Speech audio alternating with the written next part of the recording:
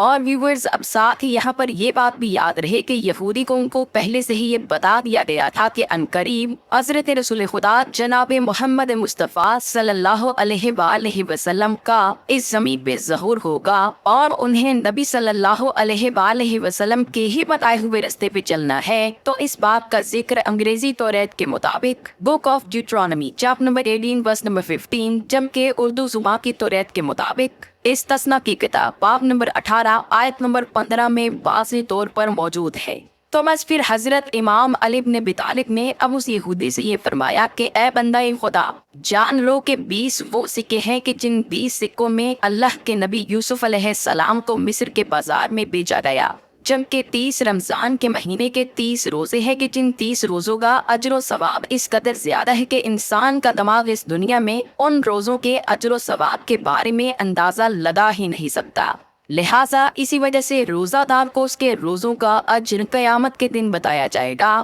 اور اسی وجہ سے ہی اللہ نے یہ فرمایا کہ اے لوگوں، روزہ صرف میرے لیے ہے اور روزہ دار کو اس کے روزوں کا اجر صرف میں ہی عطا کروں گا۔ اسی طرح 40 وہ دن ہیں کہ جن 40 دنوں میں اللہ نے تمہارے نبی حضرت موسیٰ علیہ السلام پر اپنی آسمانی کتاب توریت کو نازل کیا، جبکہ 50 وہ سال ہیں کہ حضرت نوح علیہ السلام 1000 سال سے 50 سال کم یعنی 950 سال تک اپنی قوم کے لوگوں میں رہے اور انہیں اللہ کے دین کی طرف دعوت دیتے رہے۔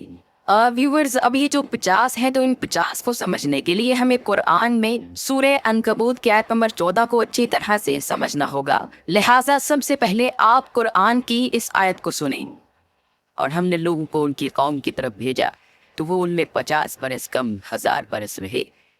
ویورز، قرآن کی اس آیت میں یہ جو کہا گیا ہے کہ وہ ان میں 50 برس کم 1000 برس رہے، تو 50 برس کم 1000 برس رہنے کا مطلب یہ ہے کہ حضرت نوح علیہ السلام اپنی قوم کے لوگوں میں 1000 سال سے 50 سال کم یعنی 950 سال تک رہے۔ ویورز، قرآن کی اس آیت کو پڑھ کر میرے دماغ میں تو یہ سوال پیدا ہو رہا ہے کہ اگر اللہ رب العزت نے ہمیں حضرت نوح علیہ السلام کی عمر کے بارے میں بتانا ہی تھا تو اللہ رب العزت سیدھا سیدھا قرآن میں 950 سال بتا دیتے، بھلا یہ اتنا گھما پھرا کر کے وہ ان میں 50 برس کم 1000 برس رہے، اس طرح سے بتانے کی کیا ضرورت تھی؟ تو ویورز، یہاں پر یہ بات یاد رہے کہ قرآن اللہ کا کلام ہے اور اللہ نے قرآن کے ہر ایک لفظ کے پیچھے بہت سے رازوں کو چھپا رکھا ہے، اور انہی رازوں میں سے ہی ایک راز اللہ نے قرآن کی اس آیت میں یہ جو 50 سال کا لفظ استعمال کیا ہے، تو اس لفظ کے پیچھے بھی اللہ نے ایک بہت بڑے راز کو چھپا رکھا ہے جو کہ انشاءاللہ میں بہت جلد آپ کو نوح سیریز میں بتاؤں گا۔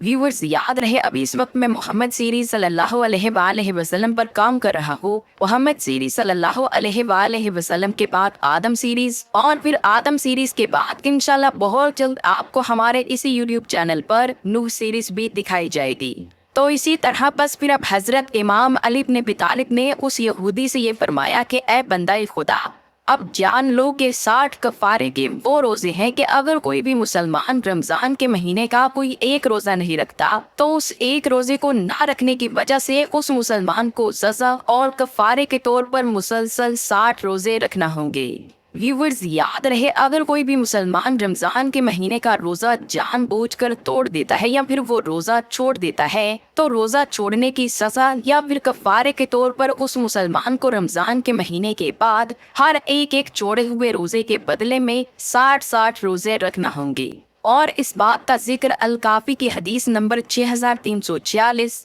جبکہ مشکات المصابیح کی حدیث نمبر 2004 میں واضح طور پر موجود ہے۔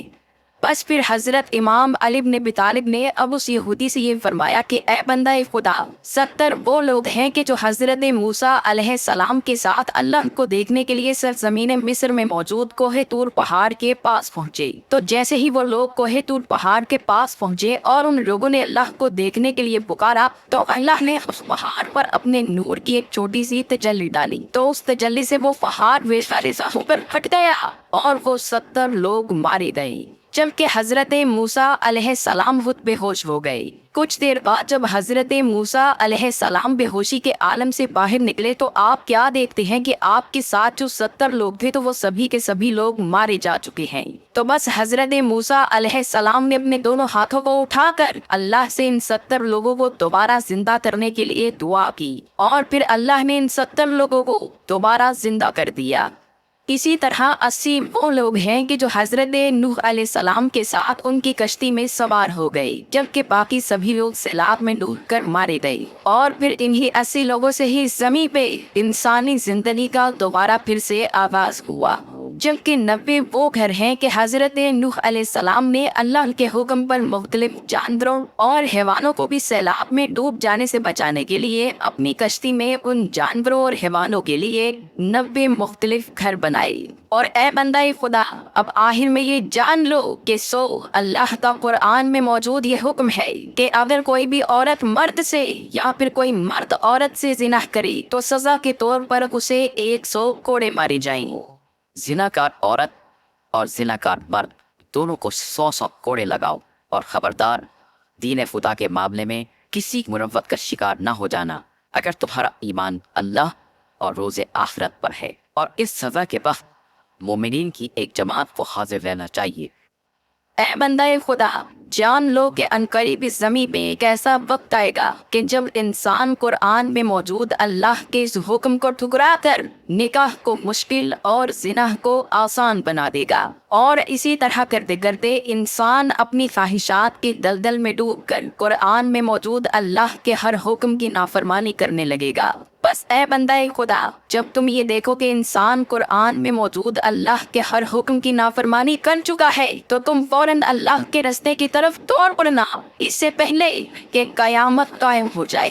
قیامت قائم ہو جائے، یہ قیامت قائم ہو جائے۔ بس اب جیسے ہی اس یہودی نے حضرت امام علی بن ابی طالب کی زبان سے اپنے ان سبھی سوالوں کے صحیح جواب سنے تو وہ یہودی رو رو کر کہنے لگا کہ لا الہ الا اللہ محمد رسول اللہ، میں گواہی دیتا ہوں کہ اللہ کے علاوہ کوئی عبادت کے لائق نہیں ہے، اور محمد صلی اللہ علیہ وآلہ وسلم ہی اللہ کے آخری رسول ہے۔ آخر میں یہ کہنا چاہتا ہوں کہ آج ہم مسلمانوں کی ایک بہت بڑی تعداد دنیا میں جگہ پر ذلیل و رسوا ہو رہی ہے، اور آج قریباً ہر مسلمان ہی اپنے آپ کو لاچار، بے بس، پریشان حال، مشکل اور مصیبت میں گھرا ہوا محسوس کرتا ہے۔ تو ویورز، یاد رہے یہ سب کچھ ہم مسلمانوں کے ساتھ کسی وجہ سے ہو رہا ہے کیونکہ ہم نے قرآن میں موجود اللہ کے قانون اور قرآن میں ہی موجود اللہ کے اصولوں کے خلاف اپنی زندگی گزارنا شروع کر دی ہوئی ہے۔ ویورز، چونکہ میں خود 19-20 سال کا ایک نوجوان مسلمان ہوں تو موجودہ دور میں، اس ماڈرن دور میں بحیثیت ایک نوجوان مسلمان ہونے کے ناطے مجھے یہ محسوس ہوتا ہے